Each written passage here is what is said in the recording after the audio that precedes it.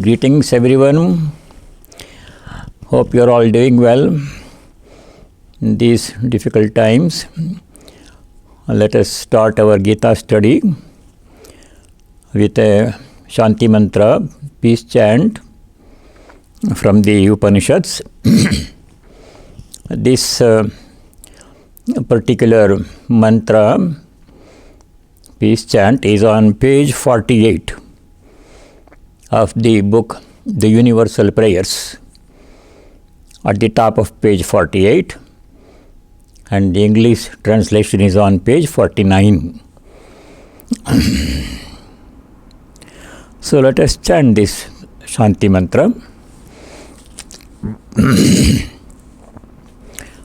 Om Apyayantu mamangani Vak pranaschakshushrodram Athabalam indriyani cha sarvani Sarvam brahma upanishadam Maham brahma nirakuruyam Mama brahma nirakarot Anirakaranamastu Anirakaranam me astu Tadatmani nirateya upanishatsu dharmaste mayi santu te mayi santu.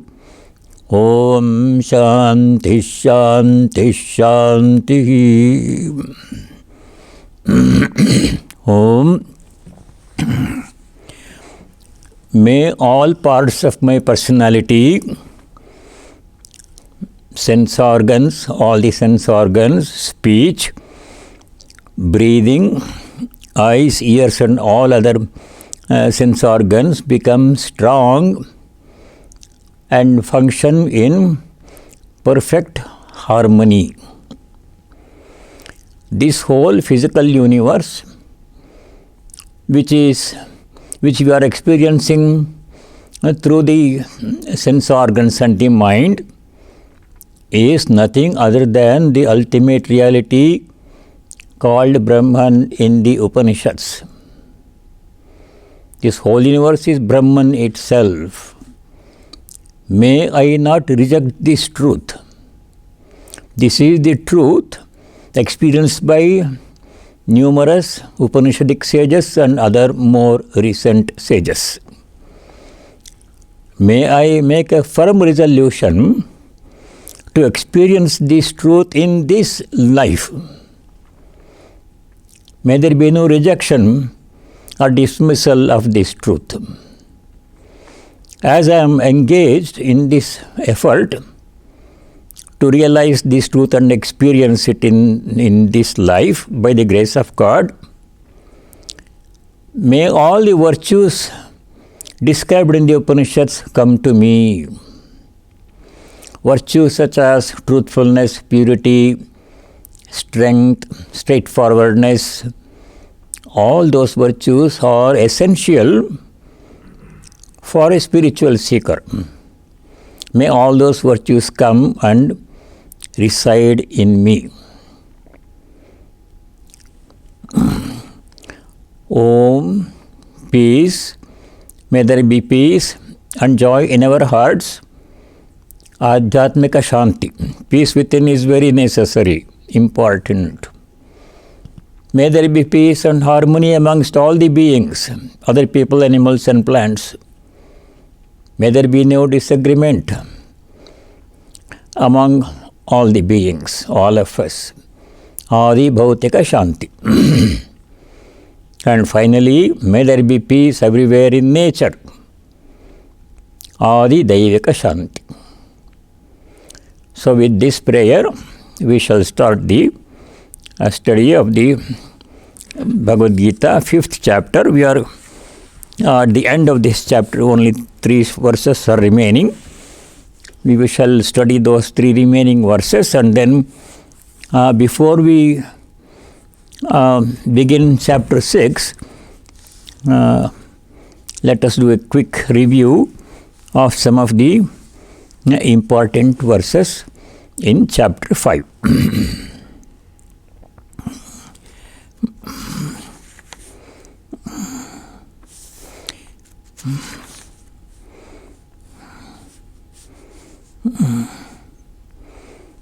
Okay.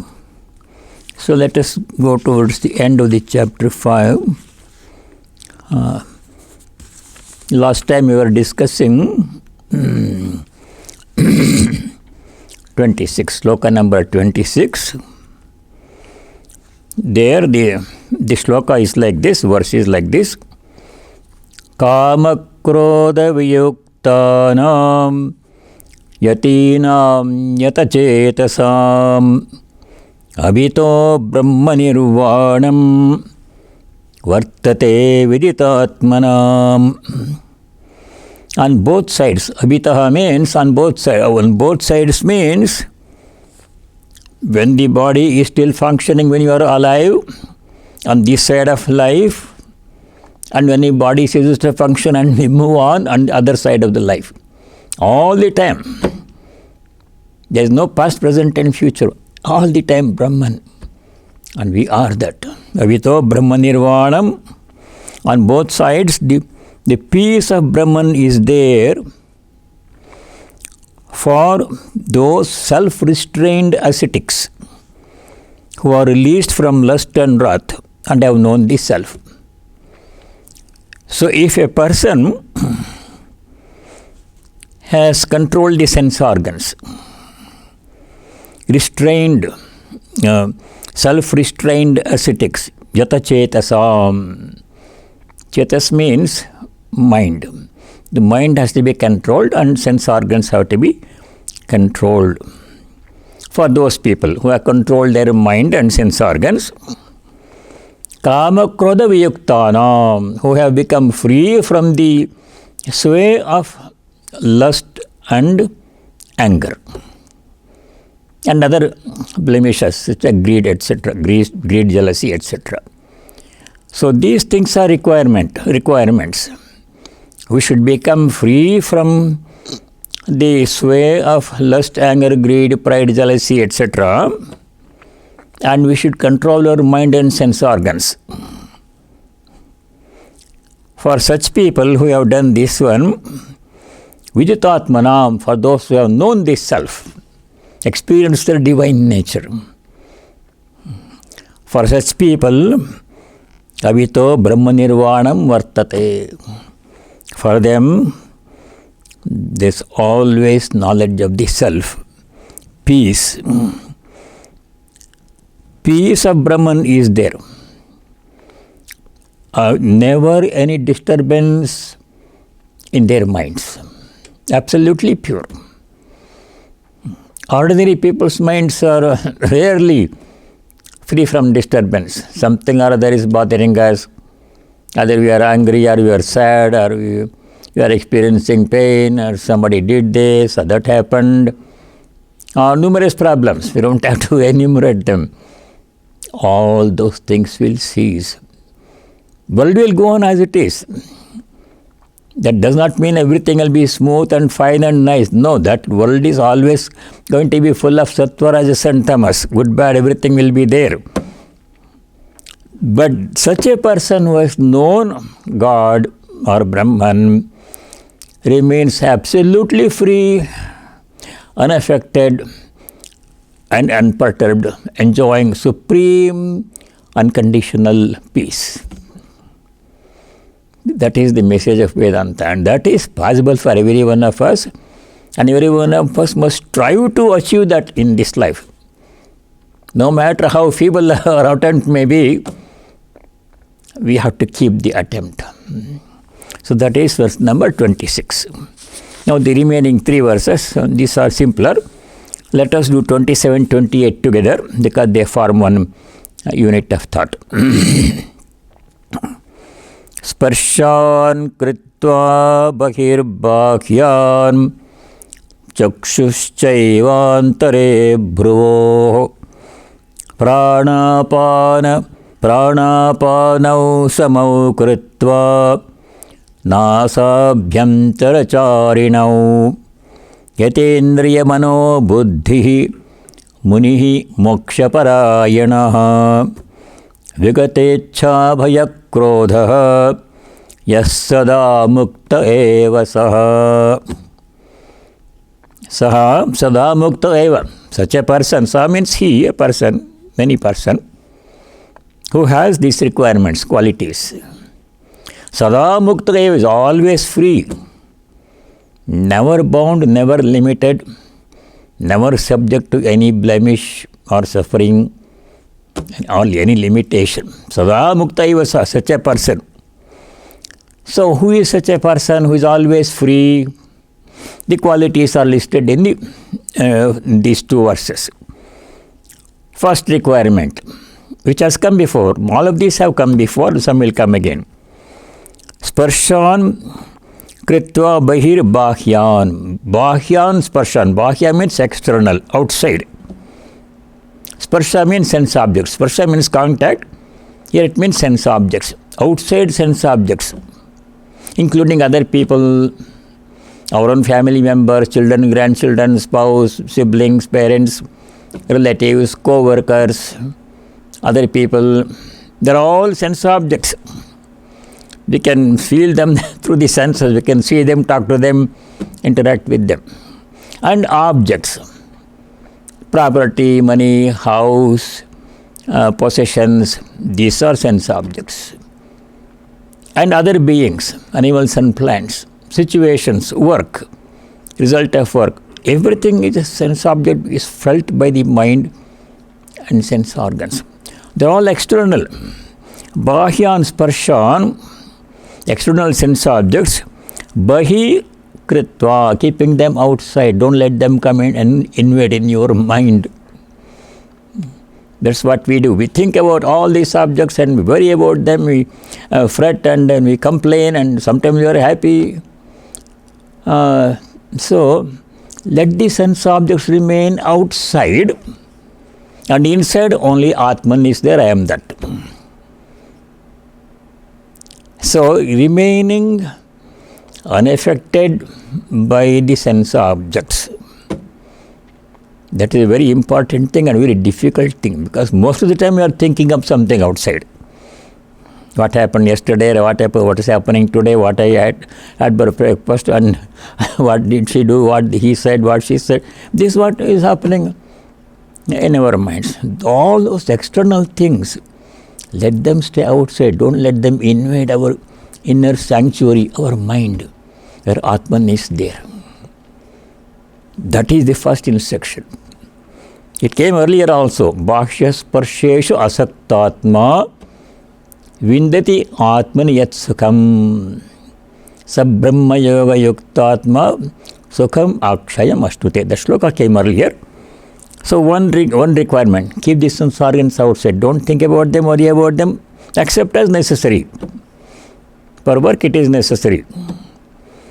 You can't remain without sense objects. Body itself is a sense object, but not getting too much involved in them.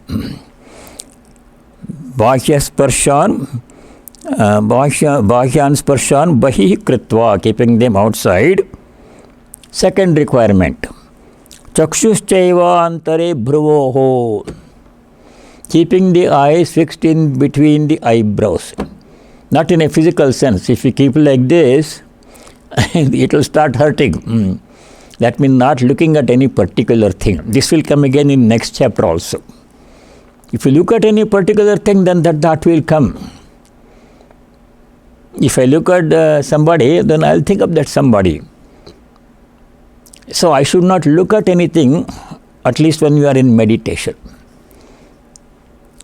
The only thing we can look at is the photo or image of the chosen ideal in which on which we are trying to meditate. That is okay. But not about other things. We should not, who is coming into the meditation hall, all those things we should not do when we are sitting in the meditation. Just focus attention on the object of meditation. Chakshuschaiva bhruvoho, not looking at any particular object. Third requirement, prana panau samau kritva. Prana means incoming breath. Breath going in. Apana means breath going out. Prana panau samau kritva, equal duration. Pranayama teachers who teach pranayama, they teach all these detailed techniques of how long to inhale, how long to exhale, how long to hold the breath, all those things. Those are not necessary. Those are okay for those who are interested to do them. But simple instruction is keeping the incoming breath and outgoing breath equal. Sometimes what happens, the outgoing breath is very short, incoming breath is long. That should not be, that inequality should not be there. If you inhale for the count of 5, exhale for the count of 5. Simple instruction. There are more complicated ways of breathing. 2, 4, 8, like this one. That's not necessary. It is not mentioned here. Simple. Equalizing incoming and outgoing breath. Third requirement. Fourth requirement is nasabhyantara charinau. Breathing through the nostril, not through the mouth. That is a simple requirement.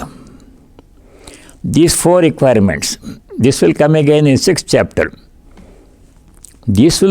All this kind of regulated breathing helps calm down the mind. That's why they have mentioned here. And then next line, yatendriya mano buddhihi, just come so many times. Yata indriya, indriya means sense organs, all the sense organs. Mana means mind.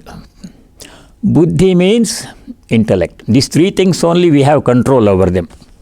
Beyond these 3 things is the Atman.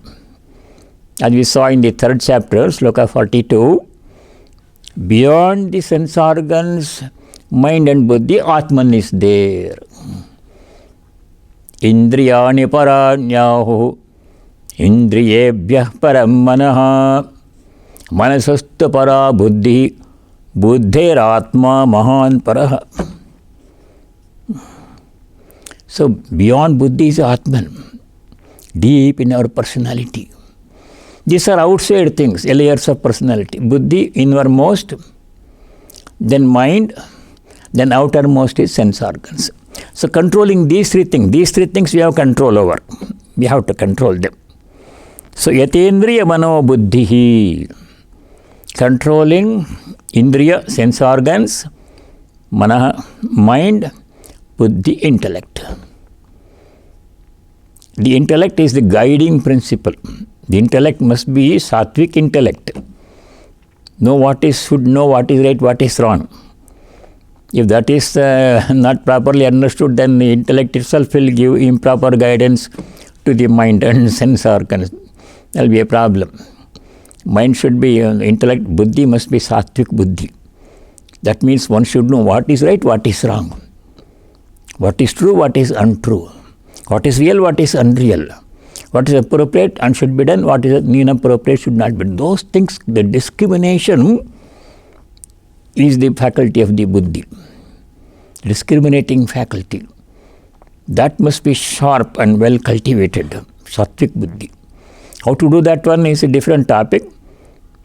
Briefly, by cultivating holy company, emulating holy people, prayer, meditation, japa, study of scriptures, all those things make the mind, make the buddhi clearer, purer. So that's a different topic. So yatendriya mano buddhihi, controlling sense organs, mind and buddhi. Munihi. Muni is a person who observes mauna, silence. Mauna means silence. Silence means not simply not speaking. Some people don't speak, but they communicate in numerous other ways. Body language, sign language, and putting post-it notes on the refrigerator, sending text messages. That's not silence. Silence means mind must be calm and free from all extraneous thoughts. Such a person, muni moksha parayanaha. His main and only goal of life must be moksha, liberation. Ayana means gati, abode, goal. Parayana means supreme goal of life. Is what? Moksha. Our main goal of life must be to achieve liberation. Liberation can be Brahmajnana, liberation can be pure devotion, bhakti. In whatever way we think of liberation, freedom from the cycle of birth and death, freedom from ignorance, all that is all aspects of liberation.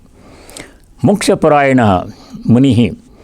We should become like a sage whose only goal of life is liberation, moksha parayana. Then one more requirement. See how many things. Vigatecha, bhaya, krodha. This has come so many times and will come again. Very important instruction. Vigata means having gone, giving up. Icha, bhaya, krodha. Icha means desire. Bhaya means fear. Krodha means anger. All these things are disciplines you have to practice every day. That is spiritual life. So Vigatecha Vaya Krodha means one who has become free from desire, from anger, and from fear and from anger. Desire for enjoyment of worldly pleasures, that should be given up. Desire for God must be maintained. The only desire we should have is the desire for God, desire for liberation, desire for reaching God, self-knowledge. That desire is only to be maintained. All other desires have to be gradually given up. Yeah, this is enough, I have seen enough, I have done enough, what? There is nothing more interesting in it. So I am not interested now. Like that, reject gradually. So we get a ichha. Bhaya means fear. Fear, a true devotee or a jnani has no fear.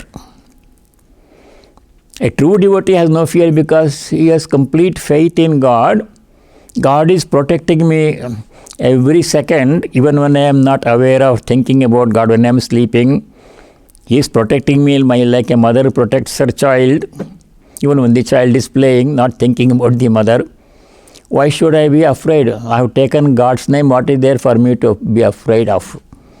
Devotee's position. No fear for a devotee, because God has promised. Chapter 9, sloka 22 will come later. Yogakshemam mohamyaham, very famous sentence in the Gita. God has promised for those who are devoted to me, ananyas chintayanto mam, yejana paryupasate, tesham nityabhiyuktanam, Yogakshemam mahamyaham. What more do we need? The Lord Himself has said, unequivocally, for those who are ever devoted to me, worship me, I shall provide what they need, protect what they have. Yoga means providing what we need, basic necessities. A place to stay, a roof over our head, food to eat, clothes to wear, and minimum required. That He will provide, yoga. Kshema means protect. He will protect what is required, what needs to be protected. That is His part of the agreement. But what we have to do, ananyas chintayantaha, we have to think of God all the time, be devoted to God, serve God's devotees, have holy company, think about God, repeat His name. These are our requirements. So there is no fear for a devotee. God's promise. Jnani has no fear. Jnani sees only Brahman in everything, all as Brahman. Jnani does not see other people, there are objects different from me, I am different, they are different. No, there is no difference. All is Brahman. Sarvam Kalavidam Brahma, that is Jnani's position. Whole universe is Brahman, Jnani takes it. So if only Brahman is there, who is afraid of whom? Of what? Fear comes and then is some other second person or second object. If there is somebody else besides me, then I may be afraid of that person. He may cause me a problem. If there is only the self is there is no other second person, no object, nothing outside of the Brahman, only Brahman, then who is afraid of whom? No fear. Fear comes due to perception of the other, duality. So Jnani has no fear. So either way, we should try to become free from fear. Prayer also helps. Repetition of God's name helps overcome fear. Yugatecha bhayakrodha, anger should be given up. Anger is the worst enemy. It has come in the 2nd chapter, Shloka 62-63. It will come again in the 16th chapter. Anger is the great enemy of human being. You should remain calm. Even if there is provocation, somebody does something that upsets us, we should control our reactions. Okay. Deal with it calmly without becoming angry. So it's difficult, but it has to be done. Swami Buddhanandaji wrote a small book, Anger and Its Control or something. That book is a very small book. It gives a lot of hints on how to control anger. Buddhanandaji was he was in this country, he is not there now. He wrote that book. So, Vigatecha Bhayakrodaha. A person has all these qualities, practices all these things. Saha Sada Mukta Eva. Such a person always free. So to very quickly restate 27-28, what are the requirements for freedom? Mukta. Mukti means liberation. What are the requirements for liberation? First one, keeping sense objects outside, not thinking about them unnecessarily. Minimum requirement, we have to release sense objects, that is okay. Not hankering for sense objects, hoping pleasure from them. Second, not looking at any particular thing during meditation, focusing attention on the self or on the chosen ideal. 2. 3. Keeping the breathing streamlined. Ingoing breath, outgoing breath must be equal. 3. Fourth requirement, breathing through the nostril. 4th. 5th requirement, controlling sense organs, mind and intellect. 6th requirement, keeping liberation as the ultimate goal of life, moksha parayana. 7th requirement, freedom from becoming free from desire, fear and anger. If you do all these things, or at least most of these things, then what happens? Saha Sada Mukta Eva. Such a person is always free, never bound. Nothing binds that person. Always in supreme bliss of the self. Always enjoying the bliss of God, being one with God.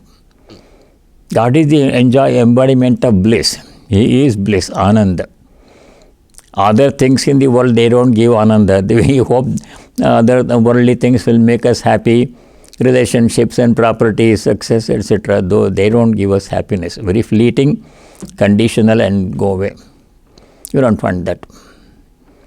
We want only joy of the self. The joy of knowing God. That will happen to us. So these are the requirements. The last verse in chapter number 5. Bhoktaram yajna tapasam sarvaloka maheshwaram sahridam sarvabhutanam jnatva mam shanti mritchati. He attains peace knowing me, the partaker of sacrifices and penances, the supreme Lord of the whole world, and the friend of all living beings. Who achieves peace? That person achieves peace, enjoys unmitigated, unconditional, eternal, infinite peace. Only that person will enjoy that kind of peace, one who knows God. Jnatva mam. Mam means me. God is saying, Bhagavan is saying, knowing me, jnatva mam. By knowing God, we achieve supreme peace. Looking for peace in the world is not going to work, futile. Temporary peace will come. If nothing is bothering, we are peaceful. Next moment something will go wrong and peace will not be there. That is not true peace at all. True peace will come, lasting, eternal peace, peace that passeth understanding, as the Christian saints say, will come only by knowing God. Mam Gyatva. The key to peace is knowing God. And who is God? And how to know Him? Many requirements are given in the previous 2 slokas. Controlling mind, becoming free from lust, anger, fear, all those things that we saw. Those are requirements. Chanting God's name, holy company, all those things. Now, who is God whom we have to know? Thus described in the last verse 29. Yajna tapasam bhoktaram. The partaker of all sacrifices and penances.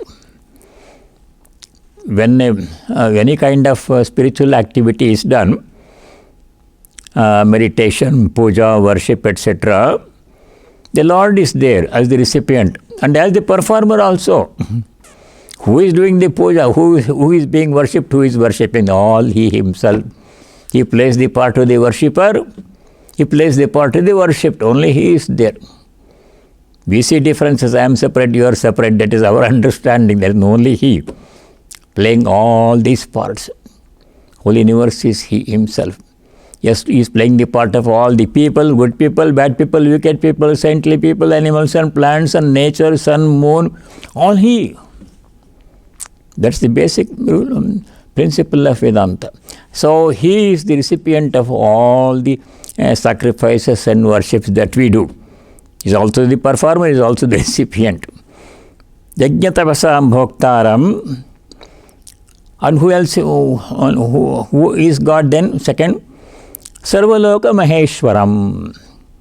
He is the Lord of the whole, all the universe, all the worlds. So many worlds are there. This earth is one, only a small part, infinitesimal part of this universe, just a speck in this galaxy. So how many thousands of galaxies are there, we don't know. So He is the Lord of the whole universe. Sarvaloka Maheshwaram, that Lord, knowing Him, Jnatva. Sarvabhutanam Suhridam. He is the friend of all the beings. Because He is in all the beings as the innermost spirit. He is in us, He is us. So how can He not be friendly? So He is the friend of all. Suhridam Sarvabhutanam. Sometimes people who are in trouble, they complain, why God is doing this to me? He is keeping other people in happy and is giving me all this kind of trouble. Like this they complain about God. He is not interested in giving trouble to anybody. Our karma is coming back to us. And if we pray to God, our karma intensity of suffering will be less. If anything, He is supremely compassionate. So we have to pray to Him for compassion. By a drop of the infinite ocean of compassion that God is, our life will be transformed in a moment. Premaika bindum chiradagda chitte vishincha chittam kurunastu shantam. Pray to Divine Holy Mother. Premaika bindum. Bindu means a drop of your compassion, your love. Chiradagda chitte, in my mind which is scorched for a long time due to worldly problems. Vishincha chittam, sprinkle your one drop of compassion. Kuranastu shantam, make my mind calm and peace. That's the prayer. This is the prayer that comes in the famous hymn Prakritim Paramam, composed by Swami Abhedananda. Many Vedanta centers, after evening arati, they sing this song. Prakritim Paramam Abhayam Varadam Nararupadaram Janatapaharam Sharanagata Sevakatoshakarim Pranamami Param Jananim Udam. that very nice prayer, there it says, "Oh Mother, just sprinkle a drop of the ocean of your compassion on my scorched mind, troubled with the problems of the world, make it calm and peaceful." So he is the friend of all, ever compassionate, supremely compassionate God. Suhridam Sarvabhutanam, the friend of all beings. Such a God, by knowing such divine, Mam Jnatva, knowing me, the Lord says, what happens? Shantim Richati, achieves eternal peace, liberation. So that is the goal of life. How to achieve it? Several things mentioned in the previous two shlokas 27-28 have to be done. Japa, meditation, all those things have to be done. Controlling the mind, making the mind free from anger, jealousy, fear, etc. And all those things, if we do, pray to God, God who is infinitely compassionate, the friend of all, will reveal himself to us or herself to us. And we will enjoy supreme, unconditional, eternal peace, that is liberation. See, very nice chapter 5. So before we start chapter 6, I want to point out a few verses in chapter 5. There are 29 verses. It's not a big chapter. Let us go to the second verse in chapter 5.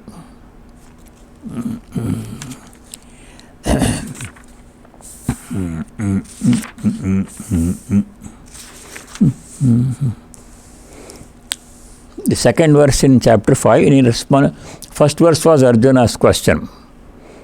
So second verse says, Bhagavan says, Sri Bhagavan Vacha, Sannyasa karma yogascha nishreyasakara vubhau tayosta karma sannyasat karma yogo vishishyate. There are two ways. Sannyasa, karma yoga. Sannyasa means relinquishing everything, renouncing everything, and not getting involved in the worldly duties, all those things. Dedicating one's whole life only for contemplation on the self, sannyasa, one kind of spiritual practice. Karma yoga means being involved in work, karma. Both will lead to the same goal, nishreyasa karau. Nishreyasa means highest good, liberation. Both will lead to liberation. However, which is better among those? He says, Tayoho, of those two, karma sannyasat, karma yoga vishishyate. Karma yoga excels, is better, superior to karma sannyasa. Karma sannyasa is not easy, to give back activity. We know that from third chapter that activity cannot be given up. At least for the maintenance of the body, we have to remain active. So giving up activities is not the highly recommended way.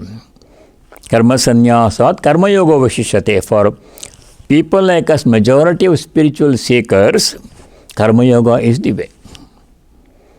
Because karma is to be done anyhow, imperative. Karma is psychological, physiological imperative. You can't give up karma. But doing karma as karma yoga, that means performing all work without attachment to karma and karma phala, then what happens? Mind becomes pure. Then liberation paves the way for knowledge of God, liberation. So karma yoga is better. So that is the way that we are all asked to follow. In the gospel also, Sri Ramakrishna said, I am he is not suitable for a majority of people in Kali Yuga. When we have body consciousness, when I am thinking I am the body, to say I am a Brahman is absurd, it won't work. So I should perform all the duties, required duties, with love, with gratitude, without attachment to karma, karma phala, dedicating all my actions to God, lovingly dedicating mentally. That is the easiest and simplest way for Kali Yuga. And chanting God's name. Sri Ramakrishna said, for Kali Yuga, the best way to find liberation is to follow the path of Narada. Narada's way of devotion, Naradiya Bhakti. Chanting God's name, seeking holy company, etc. So that is sloka number 2. Karma Yoga is the way for majority of people. Now we go to slokas number 8 and 9. There, Sri Krishna explains how a jnani becomes free from attachment to karma, karma phala. Jnani here means Atma Jnani. One who knows that he is the Atman, he is Brahman, he is not the body and the mind. Such people are extremely rare. Majority people are Dehabhimanis. That means majority people think we are the body and the mind. To be honest, every moment I am only aware of my body and my mind. I don't get the feeling that I am God. To say that I am God will be not right. Even I am thinking I am the body and the mind. So that is not applicable to majority of people. There are some people who can do that one.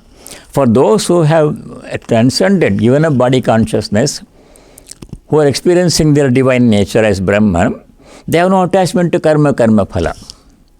They are performing a lot of karma. They are not inactive. But how do they perform karma? In the body and mind only karma happens. All karma happens at the body, mind, sense organ, sense object level. And they have transcended this level. They are the Atman. Through their body, mind, sense organs, action is happening. That is Jnani's position. How to practice detachment. That's in sloka 8 and 9. Naiva kinchit karomiti yukto manyeta tattvavit. Tattvavit means one who knows the truth. That is the Brahman. That is Brahman. He says, Naiva kinchit karomi, I am not doing anything at all. But he is doing a lot of activities. Pashyan, srunvan, sprishan, jigran, ashnan, gachan, swapan, shwasan, pralapan, visrajan, grinhan, unmishan, nimishan, napi. These are all activities Jnanis do, Ajnanis do. Hearing, touching, swelling, eating, walking, sleeping, breathing, talking, grasping, releasing, opening, closing eyes, all these are activities everybody does. Jnanis, Ajnanis. But Ajnani says, I am the doer. Jnani says, I am not the doer. Still performing action. Because I for that person means itself, Atman, not the body mind. So that is the highest way to give up attachment to karma, karma phala. That is not going to work for majority of us because we have very strong body consciousness. I am the doer, that feeling is there. So I cannot say I am not the doer because I am feeling that I am the doer. So that is for the Jnanis. For ordinary people, how to become free from attachment? Dedicating everything to God lovingly. That has come before. So 8 and 9, Jnani's way of becoming free from attachment to karma, karma phala. In the gospel, there is a story.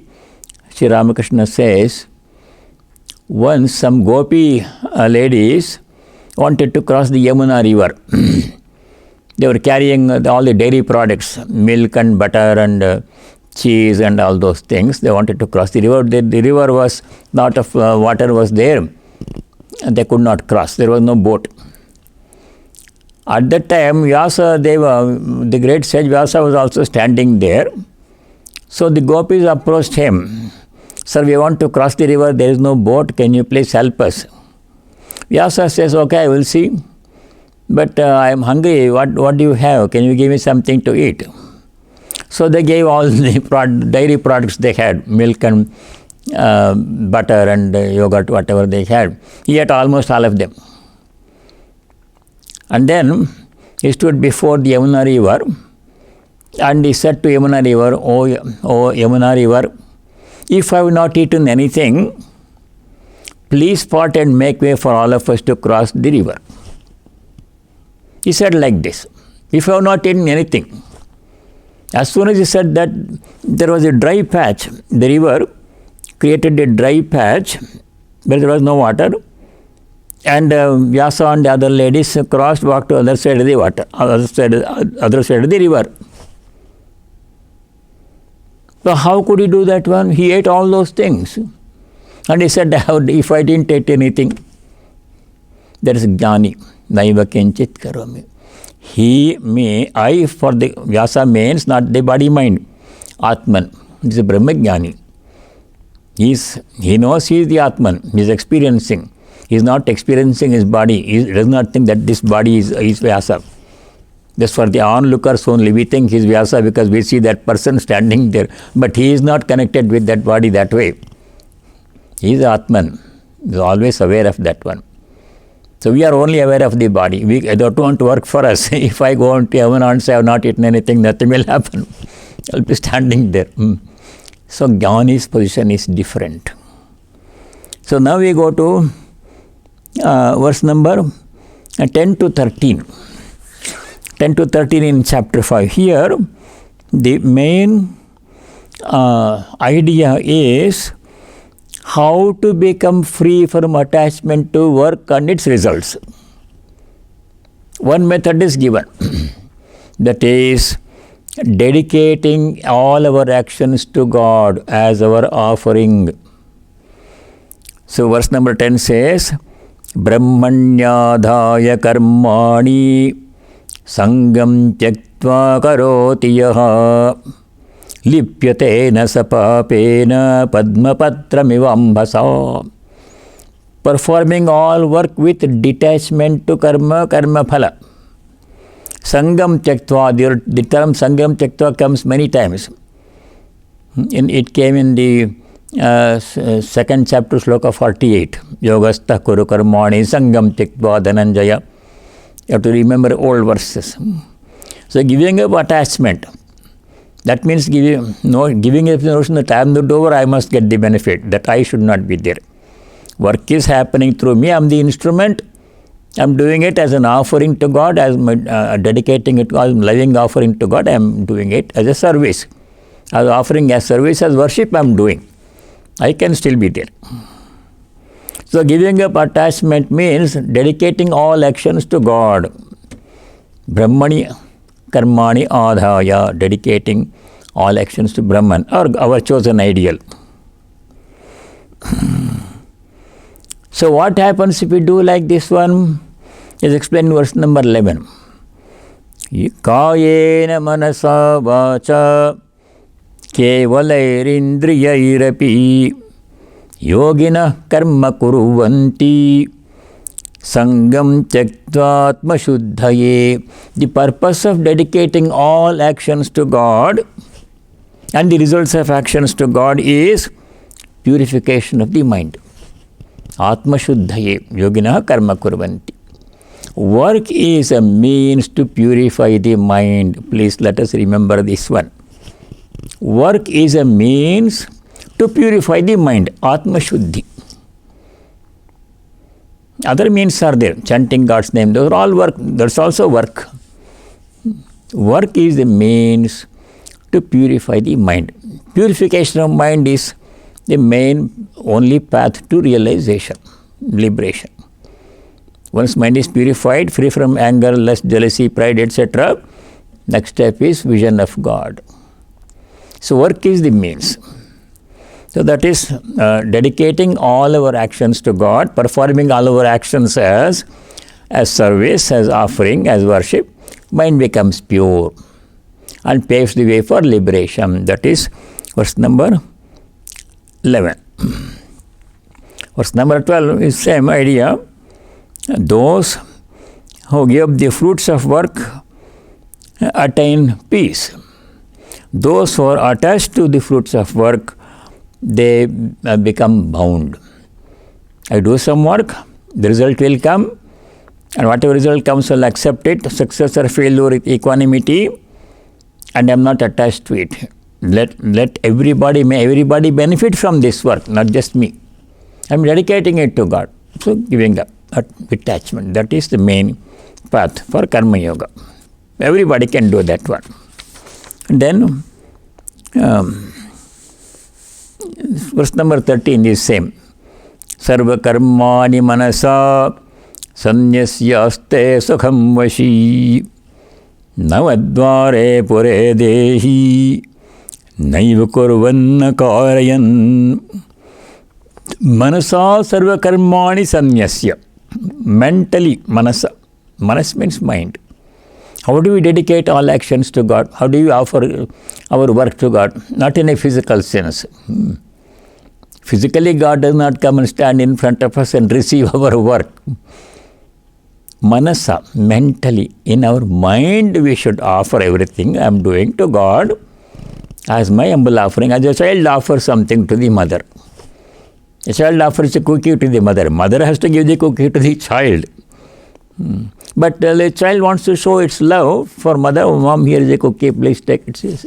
In the same way, we are all children of God. What can we give to God? But giving here means expressing our love.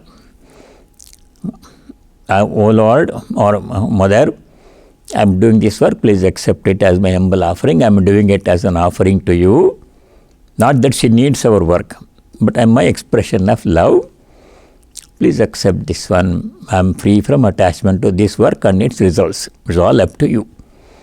Saying that one mentally, manasa. That is the way. So that is verse number 13. Then we go to verse number 18. Very important verse. Please make a note of this. That is same-sightedness, samadarshitvam, 18. This is a very important verse. Vidya vinaya sampanne brahmane gavihastini sunichaiva swapakecha panditas samadarshinaha. Samadarshitvam means same-sightedness, looking upon everybody alike, not hating somebody, not becoming too much attached to somebody. How? It has to be done by seeing same divine presence in all. That is the basis. The basis for same-sightedness is seeing the same divine presence in all. Whether they are aware of the divine presence in them or not, it's not for us. Many people don't believe in God. If you say God is in you, they don't accept that statement. So we don't have to tell them anything. There is no discussion. People will start argument. No need to say anything to anybody. It's all within our mind only. So, Vidya Vinaya Sampanne Brahmane. The spectrum is mentioned here. Range. At one end of the spectrum, the best of human beings. Best of human being means a person who has knowledge and humility. Both. Sometimes knowledge creates ego, pride. Humility also will be there. So in the best of human being who has knowledge of the self and humility, such a person at one end of the spectrum, then in that spectrum animals also come. Brahmane, Vidyavanaya Sampanne Brahmane, seeker of or knower of Brahman who has knowledge and humility. Gavi, in a cow. Hastini, an elephant. Shuni, a dog. Swapaka, a lowest human being who has unfortunately has no education or culture or somehow eking out a livelihood existing, such a person. Looking upon all these people alike, Pandita Samadarshinaha. Samadarshina means those Jnanis look upon all these beings, animals and plants and best of human being, worst of human being, animals and cows and dogs. All have to be looked upon in the same way. Why and how? Why? Because same divine is present in all. Only God takes all these forms. God comes in the form of the best human being.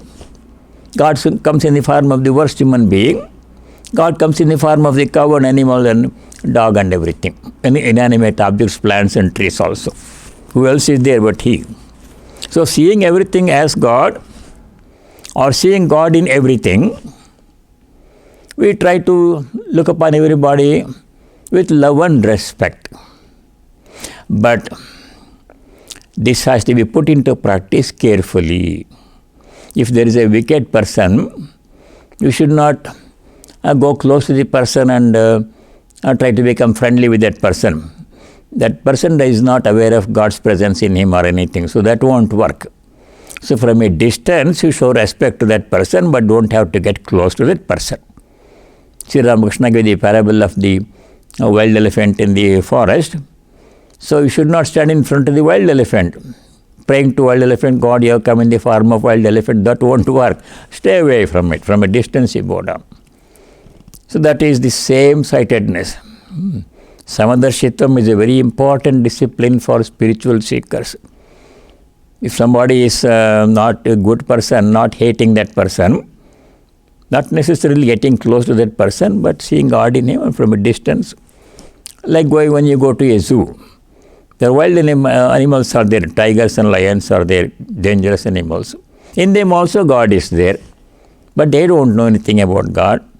So from a distance, other side of the cage, outside of the cage, you stand and say, bow down to Vyagradeva, the Lord in the form of the tiger and lion, but don't getting close to the tiger, away. So practical instruction on how to apply this same-sightedness. So that is 18. And 20th verse is another keyword. 18, 20. These two verses you please remember. 18th is Samadarshitva, same-sightedness. 20th is equanimity. Every day we have opportunity to practice equanimity. Something happens to upset us every day. So 20 is a key sloka. Please remember. Na prahrashyet priyam prapya nodvijet prapya cha priyam sthira buddhira sammudho brahmavid brahmani sthitaha. Priyam prapya na prahrashyet. When something pleasant happens, pleasant things do happen, good things do happen in our lives. Na udvijet. We should not become too much elated.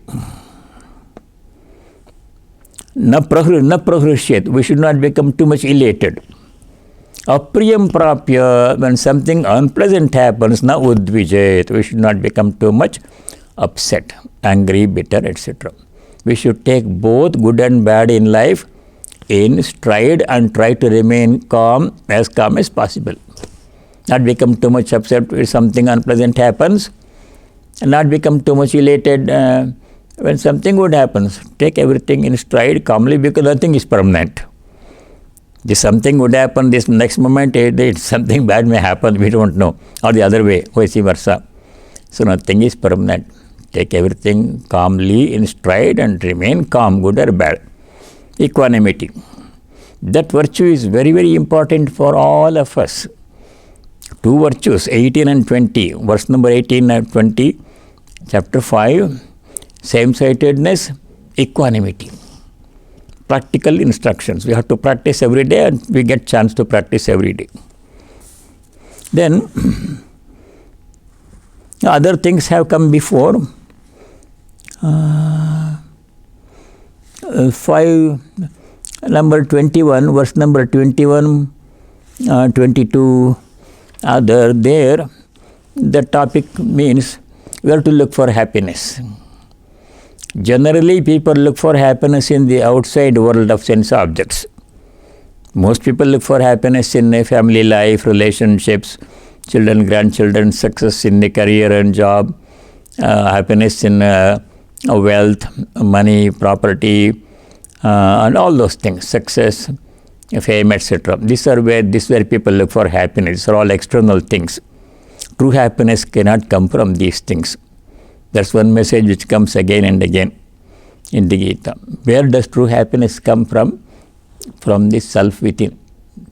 All happiness, infinite happiness is already residing within us as the divine presence within us. Source of all joy, infinite joy.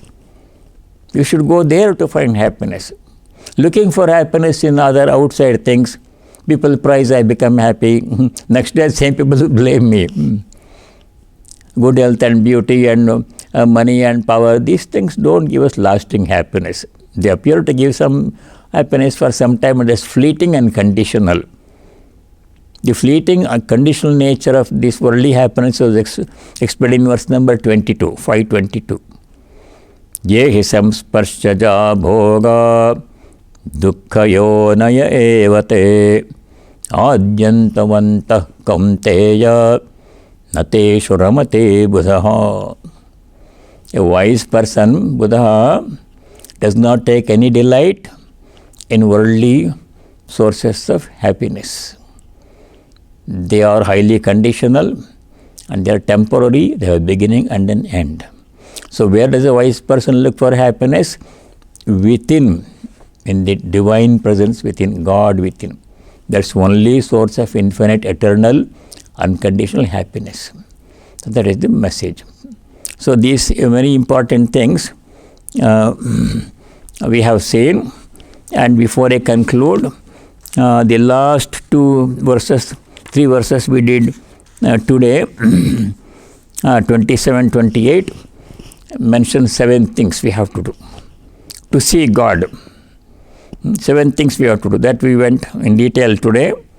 Keeping the sense objects outside, not dwelling on sense objects too much unnecessarily, and not looking at any particular thing during meditation, focusing attention within, keeping the breathing streamline, equal, incoming, outgoing breath, breathing through the nostril, controlling sense organs, mind and intellect, and keeping liberation as the highest goal of life, and becoming free from desire, fear and anger.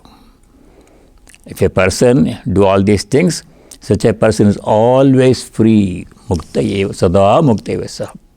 So these are the key verses in chapter 5. So 2 things please remember. Same-sightedness and equanimity. Not hating anybody, treating everybody with love and compassion, but carefully. Second most important discipline is equanimity in pain and pleasure. Na prahrushyet priyam prapya no dvijet prapya cha priyam. That verse. So many opportunities come every day to practice equanimity, and we should seize all those opportunities to remain calm no matter what life brings. That is the message of the 5th chapter. So next time when we meet, by the grace of God, we shall begin chapter number 6. Very important chapter, meditation chapter. Instructions on meditation, dhyana yoga. That's a very important chapter. We'll begin that one next week when we meet again. Now I shall say the closing prayer. And if you have any questions about this chapter 5 or any other earlier chapter, let me know. And I shall try to answer as well as I can. But please go on reviewing all the earlier chapters. The tendency is to keep studying something new but forgetting the old thing. That won't do. Periodically, we should go over the old verses we have studied before. 2nd chapter, so very important verses, 3rd chapter, 4th chapter, 5th chapter. Keep on reviewing these things. It's a continuous study process. Good Gita study is a whole lifelong preoccupation. We can never say I have studied Gita. So thank you very much. And let me say the closing prayer now. Om Sarve Bhavantu Sukhinah, Sarve Santu Niramaya, Sarve Bhadrani Pashyantu, Ma Kaschid Dukkha Bhag Bhavet. Om Shanti Shanti Shanti. Om, may all be happy, may all be free from diseases, may all realize what is noble and auspicious, may no one be subject to misery. Om peace, May there be peace and joy in our hearts. May there be peace and harmony among all beings. May there be peace everywhere in nature. Harihi Om Tat Sat. Sarvam Sri Ramakrishna Arpanamastu. Thank you. Stay well.